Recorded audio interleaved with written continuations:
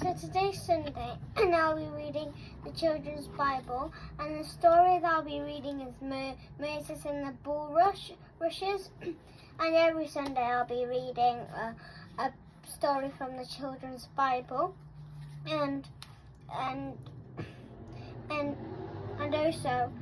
also that I'll be reading different stories. So last week I read Moses and his wonderful coats. So this week I'll be reading Moses in the bulrush. Moses in the bulrush. Many years after Joseph died, Egypt had a new king who was very cruel to Joseph's family, the Hebrew who lived in Egypt. He made them work as slaves. They were forced to make bricks of mud to build great cities and temples for the king and to work on the land. The Hebrews worked hard from early morning until late at night, watching over by Egyptian guards, and they were beaten if they tried to rest. There were so many Hebrews in Egypt by this time that the king was frightened they would rebel against him and seize his throne. So he made a new law and ordered his soldiers to kill all the Hebrew baby boys. As soon as they were born, one Hebrew mother managed to hide her baby son called Moses until he was 3 months old. But as he grew older, she was afraid of the Egyptian soldiers would hear them crying and find him and then kill him. So this is the first page that I'm reading. That's page 29. So there are all the words. So now I'm going to read the next page. One day she picked up Moses and hurried secretly down to the river bank. There she made a basket out of reeds and covered the outside with tarp to make it waterproof. When the basket was finished, she put Moses in it. He was fast asleep, but put the basket gently down on the water and pushed it out on the great river Nile.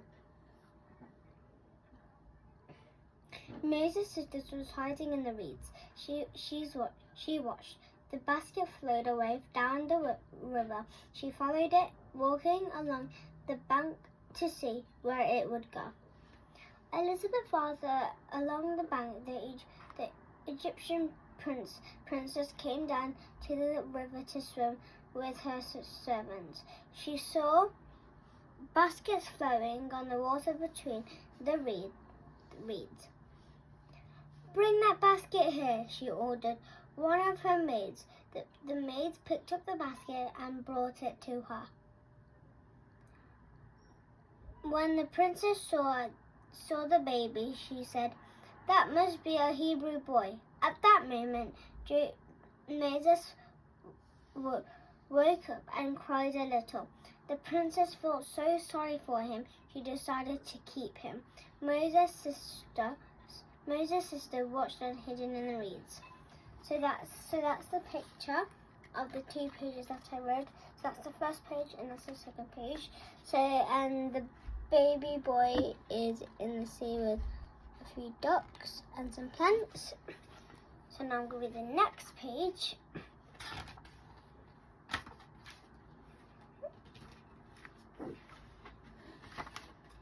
She saw what happened. She ran to the princess. "Do you want a Hebrew nurse to look after the baby for you?" she asked. "Yes," said the princess. "Bring one to me," she ordered. Moses' princess ran quickly to her mother and told her what had happened. Then she led her mother to the princess. "Take this baby away and look after him for me. I will pay you well," said the princess. Moses' mother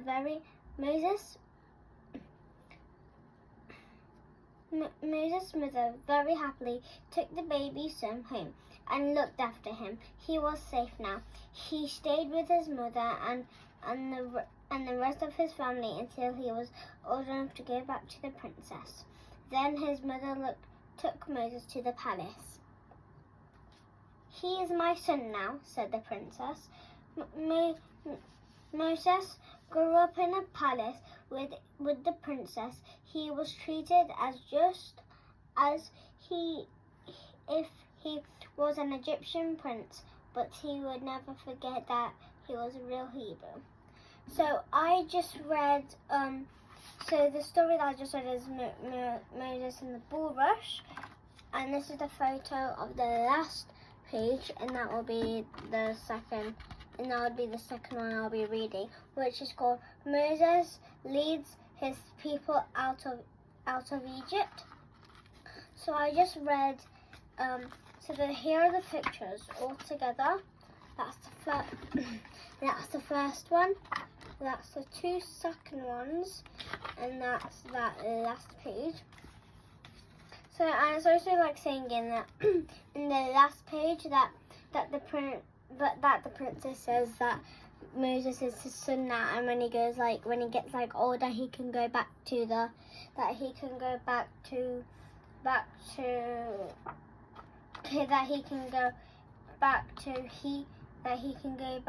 Hebrew, whereas like family is.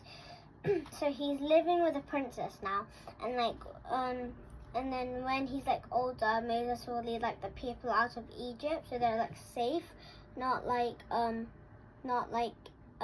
getting hurt by like the king, because sometimes kings in Egypt might be a bit rude. So that's why Moses is leading his people out of Egypt. So I'll see you guys next week, and I'll be reading Moses Leads His People Out of Egypt. Bye!